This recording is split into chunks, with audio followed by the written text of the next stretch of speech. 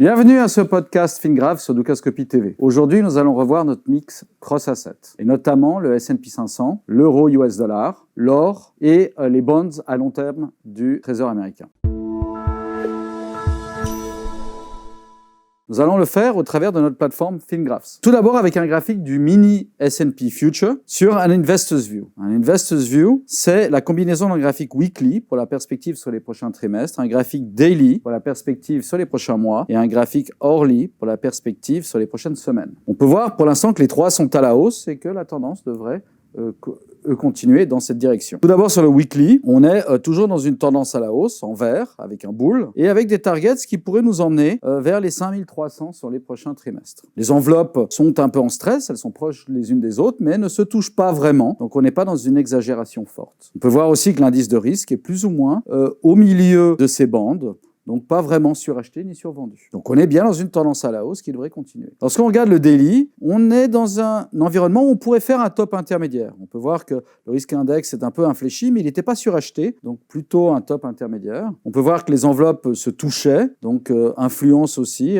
un certain mouvement de consolidation, et que le bas des targets avait été plus ou moins atteint. On pense qu'on pourrait retester un petit peu sur le mois de février, consolider une nouvelle fois, avant sans doute de repartir à la hausse. Pour l'instant, sur le hourly, on avait plus ou moins anticipé un dip sur mi-janvier, un retest à la hausse qui est en train de se faire, qui pourrait encore nous emmener sur la prochaine semaine entre 4900 et 5000. Et puis ensuite, on s'attendrait effectivement à une nouvelle petite période de consolidation sur le mois de février, avant de repartir à la hausse sur la fin du premier trimestre et le printemps. L'euro est dans une dynamique pas si différente, mais la tendance à la hausse est moins développée. En effet, on peut voir qu'en automne 2022, puis en automne 2023, on a fait deux bottoms, et deux bottoms qui, sur le risque index, semblent former une base pour maintenant aller chercher plus haut. Quant au niveau de résistance de nos targets correctifs à la hausse, il est autour d'un 13, ce qui signifie qu'on pourrait encore en correction aller chercher sur un 13 sans valider une tendance à la hausse, mais une fois qu'on passe ces un 13, on serait alors dans une tendance plus mature qui pourrait continuer. Et les targets pourraient alors s'inscrire autour d'un 20. Ce qu'on peut voir sur le daily, c'est qu'on était très survendu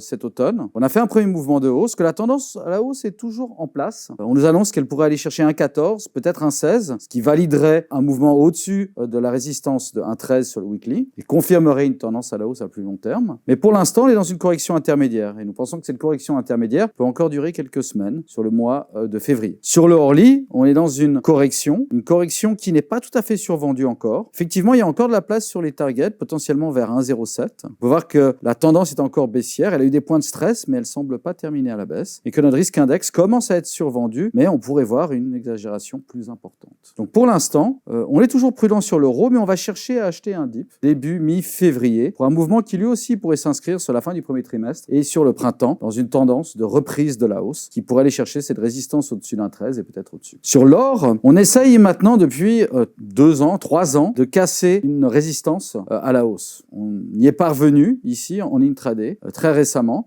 mais les prix sont revenus une nouvelle fois dans la zone. On peut voir qu'on n'est pas tout à fait en surachat sur le risque index. Il était plutôt en surachat en 2020, 2021, début 2022. Donc on pense qu'on pourrait faire une correction intermédiaire, mais qu'on pourrait ensuite repartir à la hausse et aller chercher une exagération plus forte. Pour le moment, la tendance est haussière. On peut voir un petit peu de stress, donc justifie une correction intermédiaire. On pourrait ensuite continuer à la hausse. Et les targets nous emmènent autour de 2300 sur les prochains trimestres. Donc on pense que l'or est effectivement dans une tendance où il pourrait casser ses plus hauts et aller chercher une nouvelle zone. Sur le daily, on voit qu'on est dans une tendance à la hausse. Le risque index n'était pas forcément en exagération, donc on pense que le top est intermédiaire, ou le top qui s'est fait est intermédiaire, que cette consolidation pourrait encore durer quelques semaines effectivement, éventuellement dans le pire des cas, descendre dans une zone entre en dessous de 1950 et peut-être à 1900. Mais en tout cas, si on arrive à ces niveaux, ce serait un achat très intéressant au vu de la tendance. Et puis ensuite, on est toujours dans cette tendance haussière qui pourrait nous emmener initialement autour de 2100 et possiblement autour de 2200 sur le weekly ici, sur le daily ici. Sur le hourly, la correction aussi n'est pas tout à fait terminée ici, ou semble-t-il. Les targets pourraient encore nous emmener. Alors ici,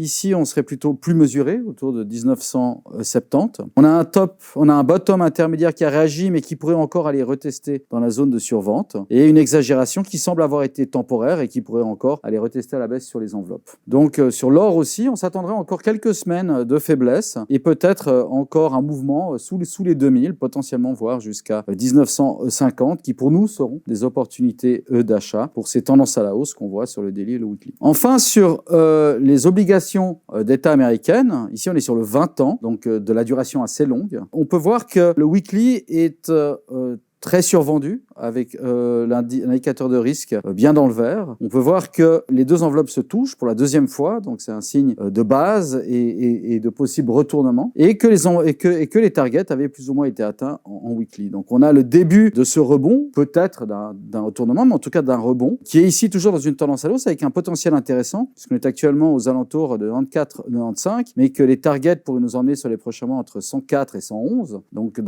un potentiel intéressant sur le 20 ans Treasuries, et un top intermédiaire qui consolide et qui là aussi pourrait encore travailler un petit peu sur début mi-février. Effectivement, on a encore la possibilité de descendre éventuellement entre 93 et 91. On est dans une certaine exagération sur le risque index, mais pas encore dans une exagération extrême, et la tendance pour le moment est toujours à la baisse. Donc là aussi, un peu de patience pour acheter un creux potentiellement début mi-février pour aller ensuite chercher une nouvelle phase de ce rebond. C'est difficile de dire qu'on est dans une tendance à la hausse pour l'instant, mais de ce rebond qui pourrait durer jusqu'à fin Q1 et potentiellement sur le printemps et Q2. On voulait juste afficher les quatre actifs ensemble pour montrer leur similitude sur le mini S&P, l'euro, l'or et le TLT, qui est le ETF 20 ans Treasury, en weekly et en daily. Et on peut voir sur le daily qu'ils semblent tous faire un top intermédiaire. Alors, il n'y a pas beaucoup d'incidence sur le mini S&P. Il y en a un peu plus sur l'euro. Il y en a aussi sur l'or ici.